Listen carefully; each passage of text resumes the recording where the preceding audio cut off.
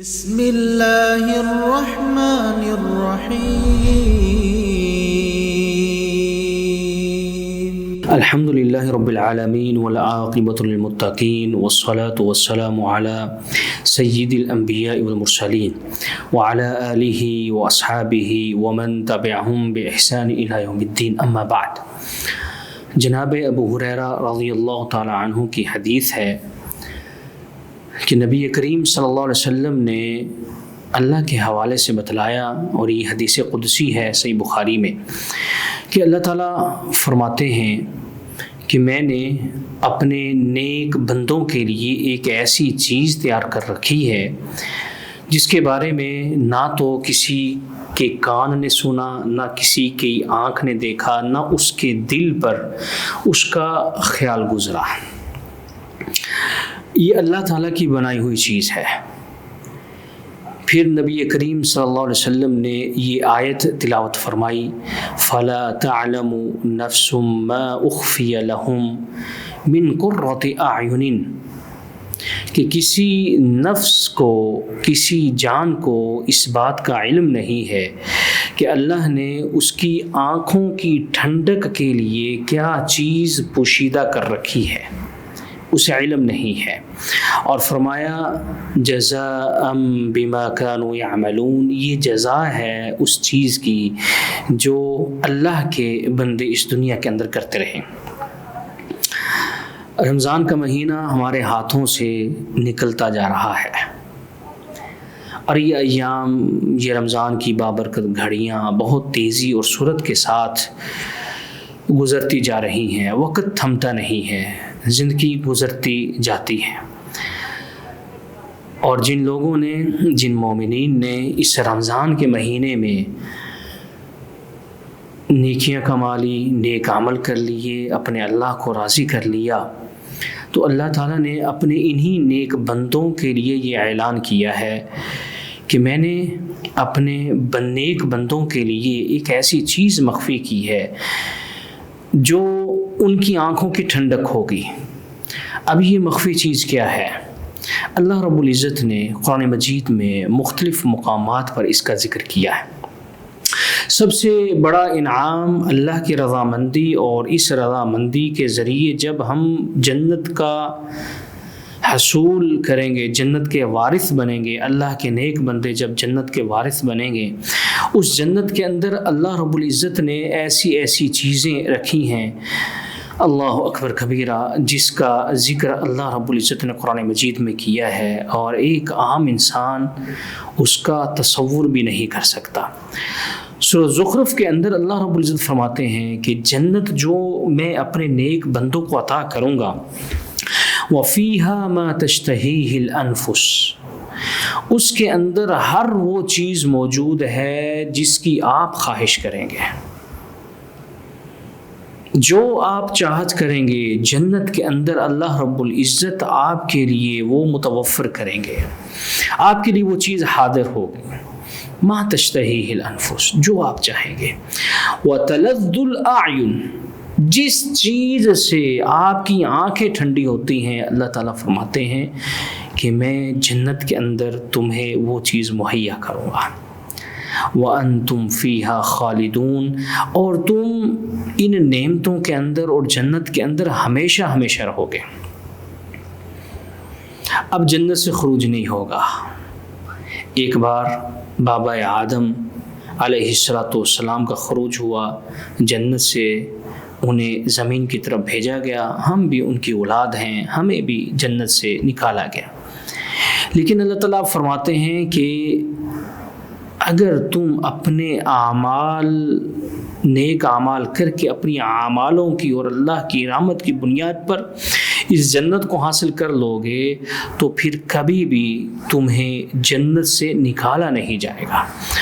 اسی طرح اللہ رب العزت سورہ بقرہ کے اندر ارشاد فرماتے ہیں، وَبَشِّرِ الَّذِينَ آمَنُوا وَعَمِلُوا الصَّالِحَاتِ، اے نبی خوشخبری سنا دیجئے ان لوگوں کو جو ہم پر ایمان لائے، وَعَمِلُوا الصَّالِحَاتِ، اور نیک اعمال کیے۔ نیک اعمال کیجیے۔ نماز پڑھیے، قرآن مجید کی تلاوت کیجیے، صدقہ و خیرات کیجیے، اخلاق کو بہتر بنائیے۔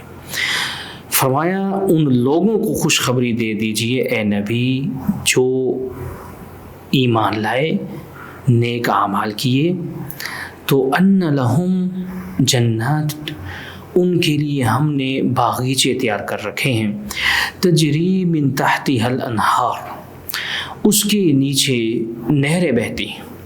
دیکھیں جو شخص ایمان لاتا ہے اور پھر نیک عمل کرتا ہے تو سب سے پہلی چیز اللہ نے فرمایا اسے ہم جنت عطا فرمائیں گے، تجری من تحتها الانہار، اس جنت کے نیچے، اس باغ کے نیچے سے نہریں بہتی ہوں۔ آپ اندازہ کیجئے کہ جو شخص اپنا محل بناتا ہے، جو بادشاہ اپنا محل بناتا ہے، تو اپنے اس محل کو چار چاند لگانے کے لیے، اسے خوبصورت بنانے کے لیے وہ محل کے بیچوں بیچ نہریں نکالتا ہے۔ تو اللہ رب العزت نے بھی اپنے نیک بندوں کے لیے ان جنتوں کے اندر نہروں کا بندوبست کر رکھا ہے۔ پانی دیکھنے میں انسان کو خوبصورت لگتا ہے، پانی سے ہر چیز کی جلا بھی ہے، ہر چیز کی زندگی بھی ہے۔ تو اللہ رب العزت نے جنت کے اندر ان نہروں کو چلا رکھا ہے آپ کے لیے، اور فرمایا کلما رزقوا منها من ثمرۃ الرزق، جب جنت کے اندر پھلوں سے ان کو رزق دیا جائے گا، قالوا هذا الذي رزقنا من قبل واتوا به متشابها، تو کہیں گے کہ اسی طرح کا ملتا جلتا رزق ہمیں دنیا کے اندر بھی عطا کیا گیا تھا۔ یعنی جنت ملے گی، اس کے نیچے نہریں بہتی ہوں گی، اور پھلوں کا رزق ملے گا، وسیع رزق ملے گا۔ آج کے زمانے میں تو پھل خریدنا ایک متوسط طبقے کے لیے تو بہت مشکل ہے، غریب تو ویسے پھل آج کے زمانے میں کھا نہیں سکتا مہنگائی کی وجہ سے، لیکن اللہ تعالیٰ جنت کے اندر جو آپ چاہیں گے، کسی قسم کا پھل چاہیں گے، اللہ رب العزت آپ کے سامنے وہ مہیا کر دے۔ اور سب سے بڑی نعمت اللہ تعالیٰ جنت کے اندر ہمیں بیویاں عطا کرے گا۔ وَلَهُمْ فِيهَا أَزْوَاجٌ مُطَهَّرَةٌ، اس جنت کے اندر پاکیزہ بیویاں ہوں گی۔ وَهُمْ فِيهَا خَالِدُونَ، اور نیک عمل کرنے والے اور ایمان لانے والے لوگ جنت کے اندر ہمیشہ ہمیشہ رہیں گے۔ یہ انعامات ہیں جو اللہ رب العزت ہمیں جنت کے اندر عطا کرے گا۔ جنت کی کیا خوبصورتی ہے، اس کے کیا کہنے ہیں، لیکن اہل جو جنت ہیں، جو جنت کے اندر رہیں گے، ان کی خصلتیں ہی بدل جائیں گی، اور یہ وہ خصلتیں ہیں جو کہ کسی بھی چیز کو پراگندہ کر دیتی ہیں، گندہ کر دیتی ہیں، گندہ بنا دیتی ہیں۔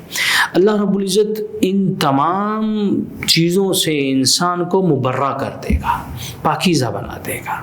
جنت کے اندر کسی قسم کی کوئی گندگی نہیں ہوگی۔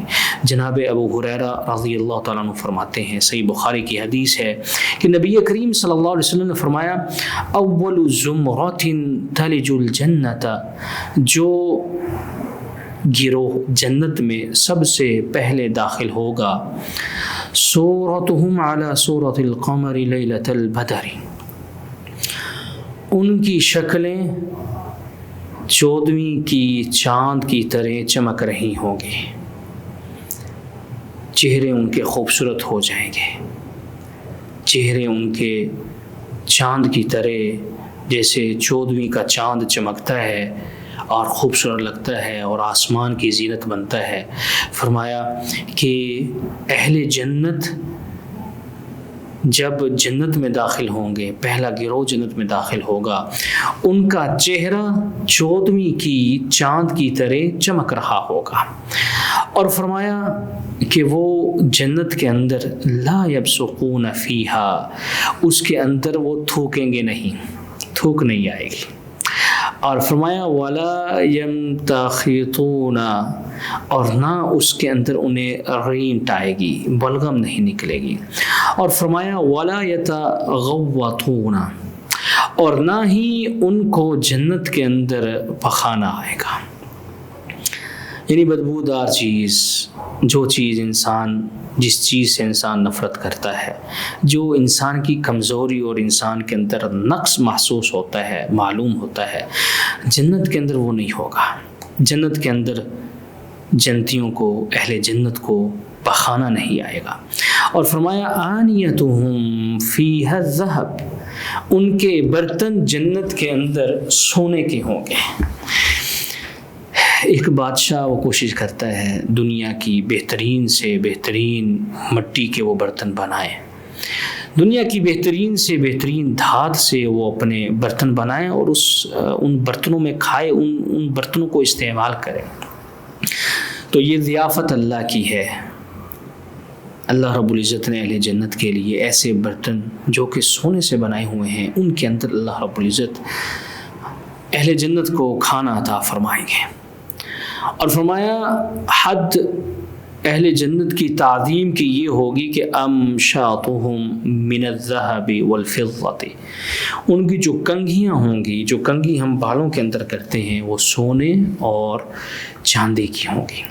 ومجامرہم الالوۃ، اور جو ان کی انگیٹھیاں ہوں گی جس کے اندر ہم سردی میں آگ جلا کر آگ سیکتے ہیں، فرمایا وہ ایسی لکڑیوں کی ہوں گی جن میں خوشبو آتی ہوگی۔ اور آپ جانتے ہیں کہ عود کی جو لکڑی، عود جو ہے لکڑی جو خوشبو دیتی ہے جلانے کے بعد، وہ 1 تولہ 10,000 ریال سے بھی مہنگا ہے۔ تو آپ اندازہ کر لیجئے کہ اہل جنت کے لیے اللہ رب العزت نے کیسے کیسے انعامات رکھے۔ اور فرمایا وَرَشْحُهُمُ الْمِسْكُ، جنتیوں کا پسینہ وہ بھی کستوری ہوگا، اور کستوری بھی تولہ ایک عام آدمی نہیں خرید سکتا۔ اور اللہ کی بڑی نعمت وَلِكُلِّ وَاحِدٍ مِّنْهُمْ زَوْجَتَانِ، ہر شخص کے لیے اللہ رب العزت نے 2 بیویاں رکھی۔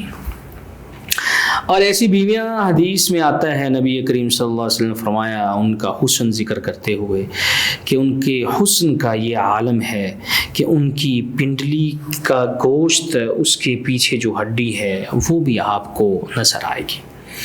اور ان بیویوں میں جو سب سے بڑی خصلت یہ ہے، نبی کریم صلی اللہ علیہ وسلم نے فرمایا لا اختلاف بینہم، ان کے درمیان کسی قسم کا کوئی اختلاف نہیں ہوگا۔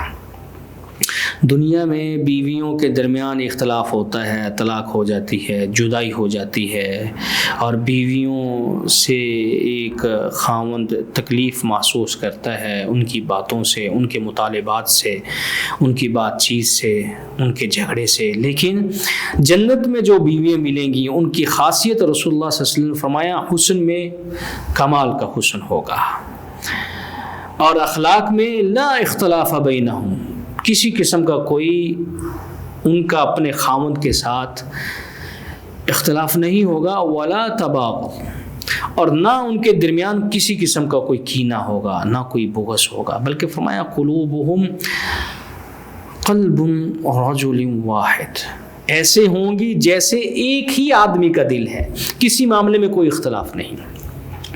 دل مختلف ہوتے ہیں تو ذہن مختلف ہوتے ہیں، ایک ذہن میں ایک بات آتی ہے لیکن دوسرے ذہن والے کو وہ بات سمجھ نہیں آتی، تو اختلاف پیدا ہو جاتا ہے۔ لیکن یہاں پر بیویوں کے متعلق رسول اللہ صلی اللہ علیہ وسلم فرماتے ہیں کہ وہ بیویاں ایسے ہوں گی کہ جیسے ایک ہی آدمی کا دل ہوتا ہے، ایک ہی قسم کا خیال، کسی موقع پر ان کے درمیان اختلاف نہیں ہوگا۔ اور نبی کریم صلی اللہ علیہ وسلم فرماتے ہیں یسبحون اللہ بکرۃ وعشیہ، وہ صبح و شام اللہ کی تسبیح بیان کرتے رہیں گے، اللہ کی حمد بیان کرتے رہیں گے۔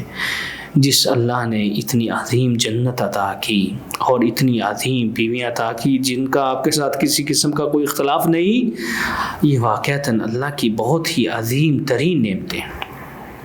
جنت میں بہت ساری اللہ کی نعمتیں ہیں ایک مومن بندے کے لیے جو اللہ کو ہمیشہ یاد رکھتا ہے۔ یہ رمضان کی گھڑیاں، بابرکت گھڑیاں، اس کے اندر اللہ کو یاد رکھیں، پھر اللہ تعالیٰ آپ کو بھی یاد رکھے گا، اس دنیا میں بھی اور آخرت کے اندر بھی۔ ایک حدیث ہے جناب حضرت جریر بن عبداللہ رضی اللہ تعالیٰ عنہ سے، اور یہ حدیث اس بات کی دلیل ہے کہ اہل جنت کے لیے سب سے جو بڑی نعمت ہے وہ کچھ اور ہے۔ سب سے بڑی نعمت کیا ہے؟ وہ اس حدیث میں رسول اللہ صلی اللہ علیہ وسلم نے ذکر کی ہے۔ صحابی فرماتے ہیں حضرت جریر رضی اللہ تعالیٰ عنہ کہ ہم نبی کریم صلی اللہ علیہ وسلم کی خدمت میں حاضر تھے، ہم بیٹھے ہوئے تھے، تو آپ صلی اللہ علیہ وسلم نے فرمایا کہ تم جس طرح اس 14ویں کے چاند کو دیکھ رہے ہو، قیامت والے دن اپنے رب کو بھی ایسے ہی دیکھو گے۔ جیسے یہ 14ویں کا چاند تم دیکھتے ہو اور 14ویں کے چاند اور تمہارے درمیان کسی قسم کی کوئی رکاوٹ نہیں ہے اور بآسانی دیکھ سکتے ہو، ایسے ہی تم اپنے رب کو قیامت والے دن دیکھو گے۔ لیکن یہاں پر نبی کریم صلی اللہ علیہ وسلم نے 2 چیزوں کا ذکر کیا کہ وہ کون سی 2 چیزیں ہیں جن پر تم عمل کرو تو پھر تمہیں رؤیت الہی، اللہ کا دیدار نصیب ہوگا۔ آپ نے فرمایا فَإِنِ اسْتَطَعْتُمْ، اگر تم طاقت رکھتے ہو، اللہ تغلبوا علی صلاۃ، کہ تم نماز کو لازمی پکڑو، اگر تم استطاعت رکھتے ہو تو نماز کو لازمی پکڑو۔ کون سی نماز؟ 5 نمازیں تو فرض ہیں، لیکن دیدار الہی کے لیے نبی کریم صلی اللہ علیہ وسلم نے فرمایا فَإِنِ اسْتَطَعْتُمْ، اگر تم استطاعت رکھو، طاقت رکھو، اللہ تغلبوا، کہ یہ تمہیں چیزیں غافل دنیا کی غالب نہ آ جائیں، غافل نہ کر دیں نماز سے۔ کون سی نماز؟ قبل طلوع الشمس، سورج طلوع ہونے سے پہلے، یعنی فجر کی نماز۔ فجر کی نماز کی اتنی اہمیت ہے کہ دیدار الہی ہوگا۔ اور دوسری نماز کے متعلق فرمایا وَقَبْلَ غُرُوبِهَا، یعنی سورج کے غروب ہونے سے پہلے والی نماز۔ کون سی؟ عصر کی نماز۔ تو فَفْعَلُوا، اس کو لازمی کرو، فجر کی نماز اور عصر کی نماز لازمی طور پہ ادا کرو تو اللہ رب العزت کا دیدار ہوگا، رؤیت الہی ملے گی۔ پھر نبی کریم صلی اللہ علیہ وسلم نے سورۃ طٰہٰ کی آیت ارشاد فرمائی وَسَبِّحْ بِحَمْدِ رَبِّكَ قَبْلَ طُلُوعِ الشَّمْسِ وَقَبْلَ غُرُوبِهَا۔ یہ ایک مومن کی صفت ہے، ایک نیک لوگوں کی صفت ہے کہ وہ نمازوں کی پابندی کرتے ہیں، خاص طور پر ان نمازوں کی جن کا ذکر کثرت کے ساتھ قرآن مجید میں آیا ہے۔ میرے بھائیوں، جنت کے اندر نعمتوں کا حصول انتہائی دشوار اور مشکل ہے، یہ اعمالوں کی بنیاد پر ہوگا۔ عمل کیجئے، اعملوا، عمل کیجئے، کثرت کے ساتھ عمل کیجئے، پھر جا کر وہ ساری چیزیں جن کے متعلق اس درس کے شروع میں نے حدیث قدسی کے تناظر میں ذکر کیا تھا کہ نبی کریم صلی اللہ علیہ وسلم نے فرمایا، اللہ رب العزت نے یہ آیت نازل فرمائی اور نبی کریم صلی اللہ علیہ وسلم نے اس کو اپنے زبان مبارکہ سے نکالا، فَلَا تَعْلَمُ نَفْسٌ مَا أُخْفِيَ لَهُم مِّن قُرَّةِ أَعْيُنٍ، کوئی جان، کوئی نفس نہیں جانتا کہ اللہ نے اس کی آنکھوں کی ٹھنڈک کے لیے کیا چیز تیار کر رکھی ہے۔ جنت بہت عظیم ہے، جنت بہت بڑی ہے، جنت کے اندر بہت سارے انعامات ہیں، ان انعامات کے حصول کی کوشش کیجیے۔ کیوں؟ آخرت میں 2 ہی مقام ہیں، ایک یا تو جنت ہے یا پھر جہنم ہے۔ اگر جنت کا حصول نہ ہو سکا، جنت کے ہم وارث نہ بن سکے، تو پھر دوسرا ٹھکانہ تو بہت ہی دردناک ہے، بہت ہی وہ ٹھکانہ عذاب والا ہے اور اللہ کے غصے والا ہے، جو کہ انسان برداشت نہیں کر سکتا۔ اللہ تعالیٰ سے دعا ہے کہ ہمیں ایسے راستے پر چلائے جو سیدھا راستہ ہو، اور ہمیں جنت کا وارث بنائے۔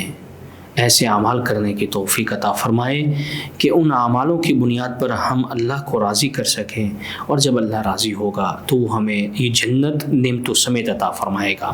اللہ تعالیٰ سے دعا ہے کہ وہ ہمارے ایمان کی حفاظت فرمائے۔ سبحان ربک رب العزت عما یصفون وسلام علی المرسلین والحمد للہ رب العالمین وجزاکم اللہ خیر والسلام علیکم ورحمۃ اللہ وبرکاتہ۔